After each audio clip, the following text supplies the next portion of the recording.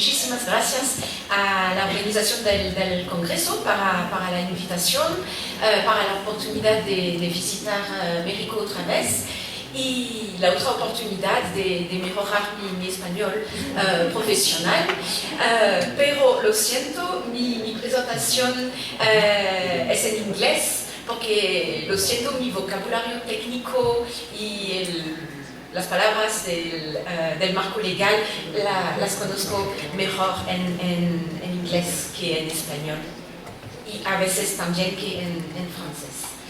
Ahora voy a switchar al inglés, pero las preguntas y las discusiones podemos seguir en español. Entonces el título de mi presentación es Advocacy for Access to Knowledge, and the question which I propose to investigate during my presentation is how can libraries and university librarians contribute to the advocacy movement of access to knowledge and of open access. So in that respect, it's a perfect follow-up to your very inspiring presentation, Gloria. So thank you for the preparation. So my background, I'm a techno-legal scholar, so I've been studying copyrights, digital commons, open data. I was a co-founder, the legal lead of Creative Commons French chapter, so Creative Commons, the open access licenses, which are used, for instance, by Wikipedia. And after that, I've co-founded, and I was the first chair of Comunia. Comunia is the International Association for the Preservation and the Promotion of the Digital Public Domain. And more recently, I was involved with Open Edition. Open Edition is a platform which hosts scientific journals in open access and also scientific blogs. It's a multilingual platform, so please feel free to apply if you need hosting. There are already journals and blogs in Spanish, Portuguese, Italian, French and English, of course. So what are the various advocacy activities which can be led by libraries?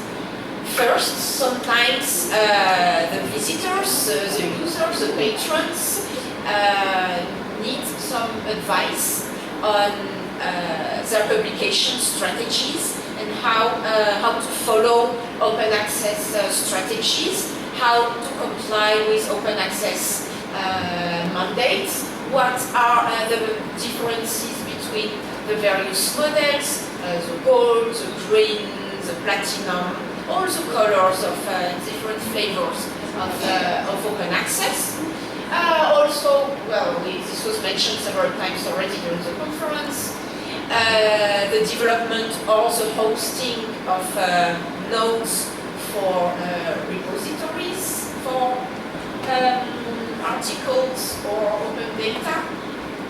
And also another role is the negotiation of licenses on behalf either of the university or the government or a consortium of libraries of licenses to access the journals of the commercial publishers, and this is not an easy task.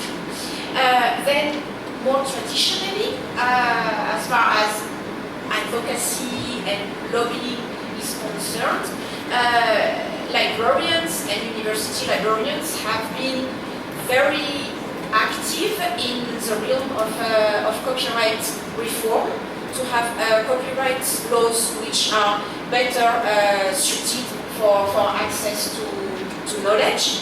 For example, to have exceptions to copyright for the users, for digitalization purposes, for education, for archiving by libraries, of course, for access for visually impaired persons, and the current copyright reform, which is needed, is to have exceptions to allow text and data mining.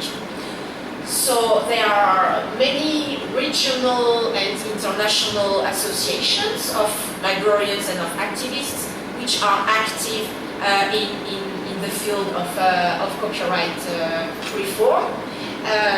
So IFLA, IFO, Electronic Information for Librarians, SPARC, in Europe we have IBER and LERU, Comunia, the association I've been involved with, and all these structures have been active, as far as I know, at the national level, but also at the international level, at WIPO, so OMPI, in French and in Spanish.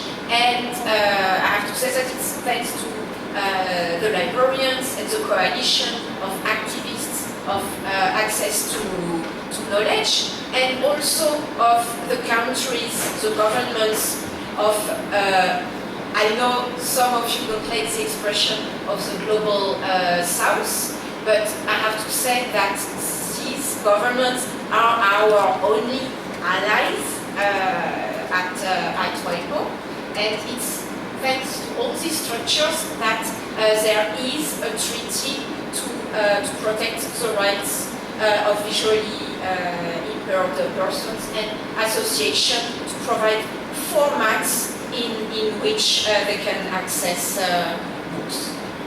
And then a last field where libraries can be active in the realm of advocacy is provide access to works and provide the proper infrastructure to access these works.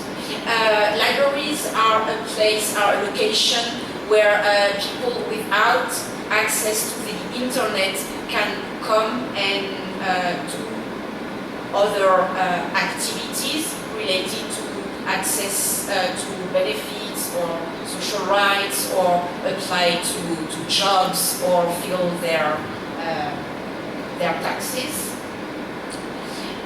Libraries can also organize festivals or exhibitions or performances. So currently it's the Open Access Weeks.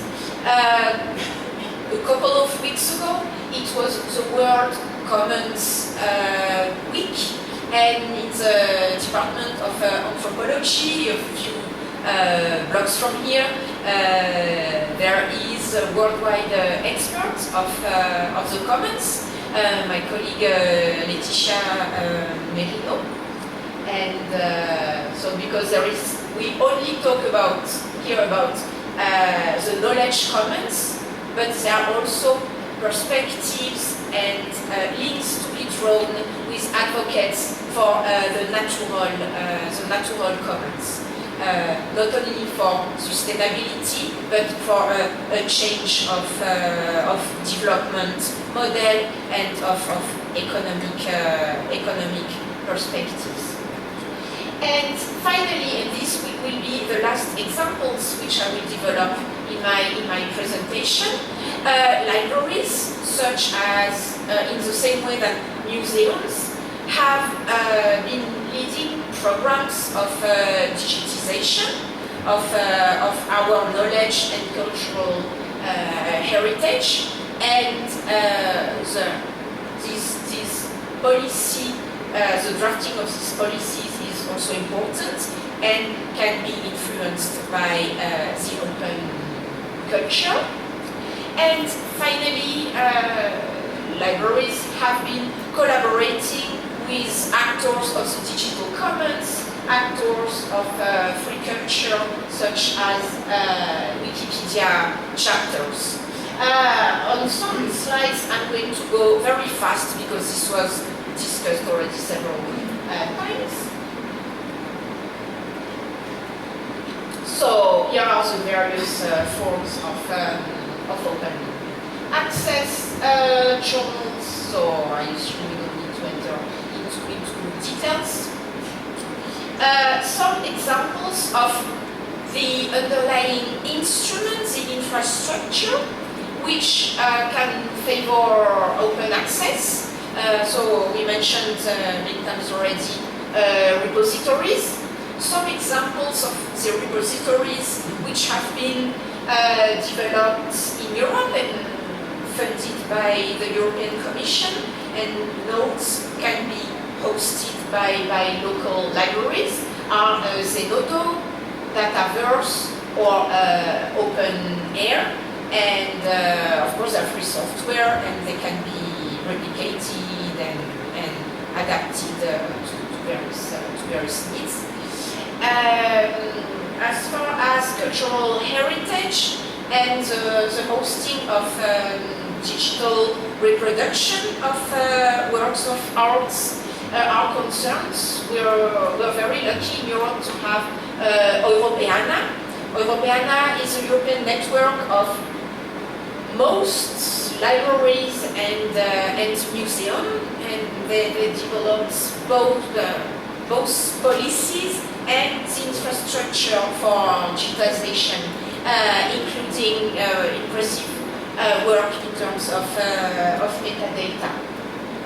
And finally, the last instruments for open access are legislations, and those, especially in the last few years, which have been developed to mandate open access to publications and also open access to the underlying data. I'm going to go fast on the legal frameworks of the various countries I'm cited. First, because I didn't check whether they have been updated recently, so I wouldn't like to say something wrong. Also, some were already mentioned. And finally, my point is not to give a lecture on the legal framework, but more to see, because they're all the result of compromises. Libraries and education and universities asked for a more ambitious version, and then there had to be a compromise with right holders. And I just would like to point to the point of weaknesses which could be improved for the next law. So, for instance, in Spain, there's a requirement to self-archive your publication, but except if it changed recently, it is without prejudice of the agreements, the licenses, the contracts which we may have signed with a publisher, so which makes it difficult to enforce. In Peru, the policy of open access only applies in the non-commercial area, which can be sufficient for education and for libraries, but it doesn't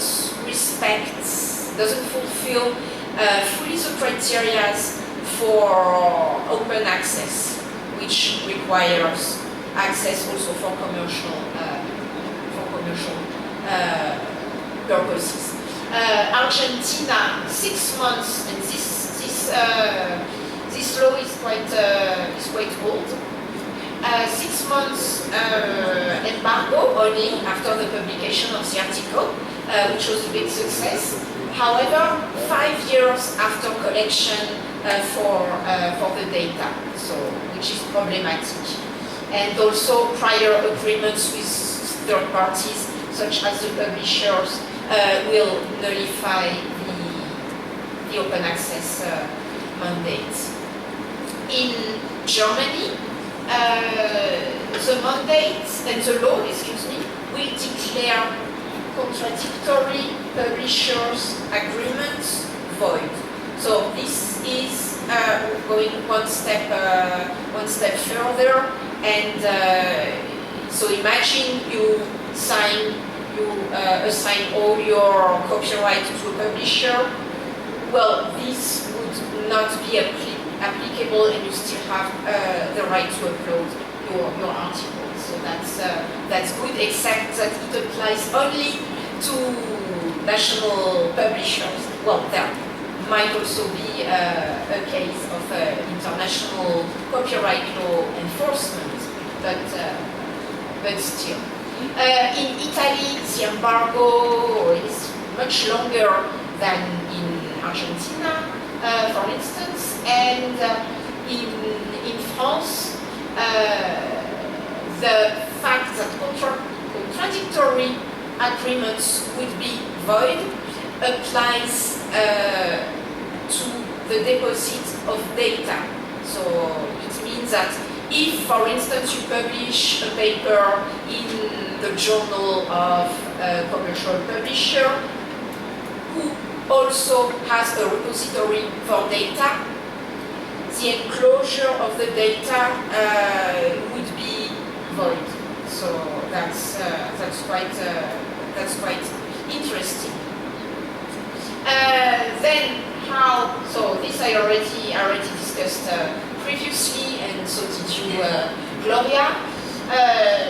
Copyright policy, open copyright policy advocates are situated in values of openness and can work to support public freedom, social justice, cultural diversity, and so here are some examples. For instance, a few years ago I worked with IFO, Electronic Information for Librarians, to develop a copyright course for librarians, putting an emphasis on the public domain.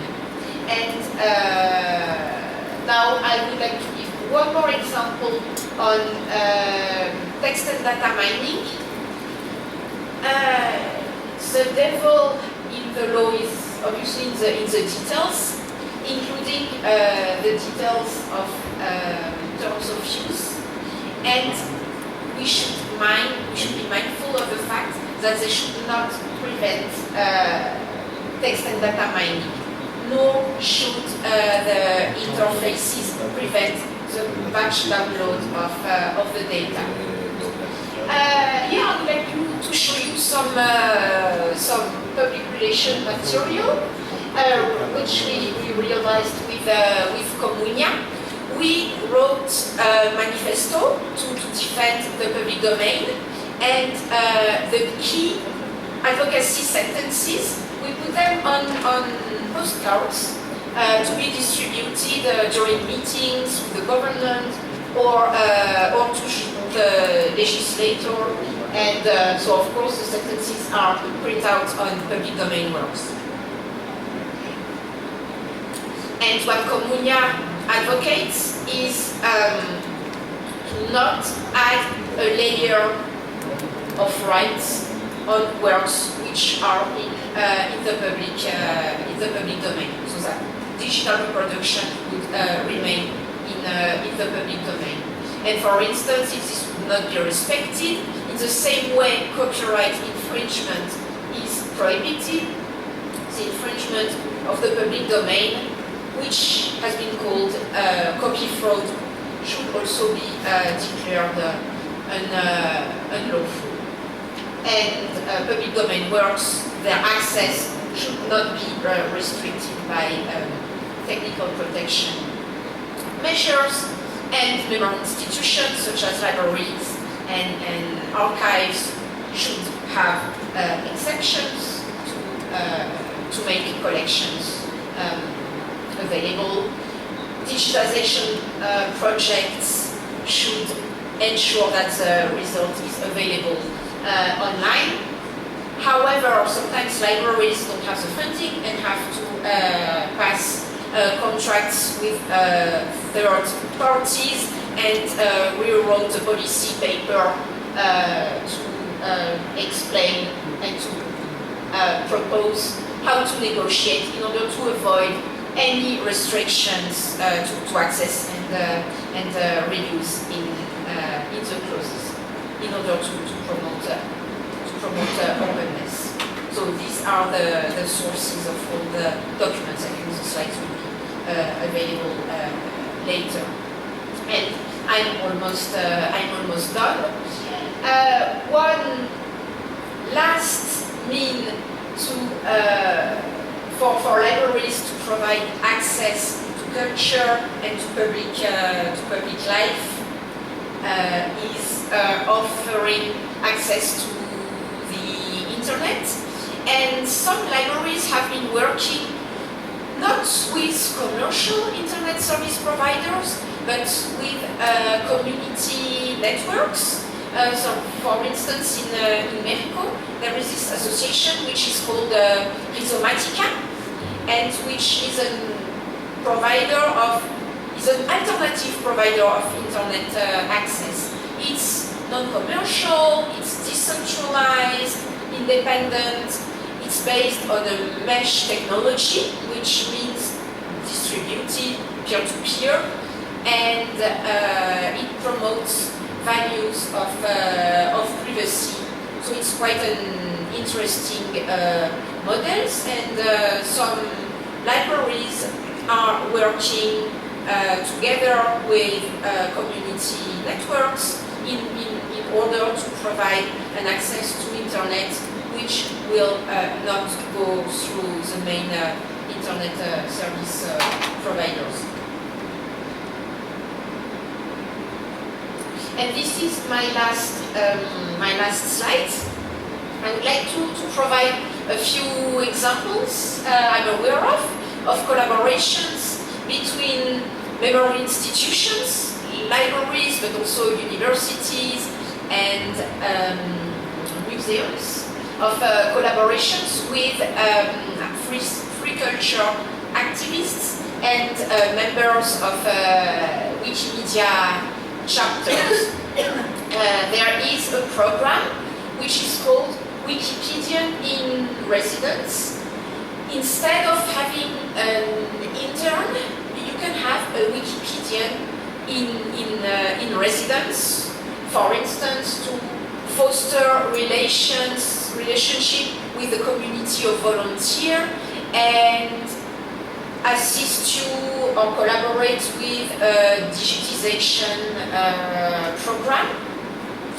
For instance, if you have a very specific collection, and I know of museums which are national museums which are closed on Mondays, and they open their collection to Wikipedians in order to have an exchange of best practices and develop projects of digitization together. So this has been the case in the Castle of Versailles, also the Rijksmuseum, which was mentioned by Miguel, the Tropen Museum in Amsterdam, which is a museum of the tropics, and which sadly hosts a lot of artifacts of Indonesia, former colony of the Netherlands.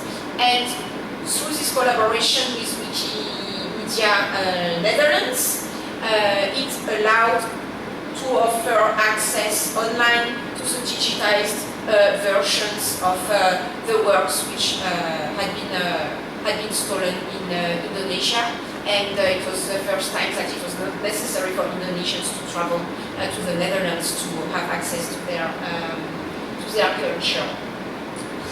More recently, actually the day before this conference, I visited Colegio de Mexico, so university/library very nearby, and they're leading very interesting programs with communities of women in order to develop culture and entries on Wikipedia, which will reflect indigenous languages and culture. And so this is organized by a librarian who is also an activist and a researcher, and it seems perfect way for libraries to support and embrace free culture and cultural, digital, and knowledge partners. So that's it for my presentation. Thank you very much.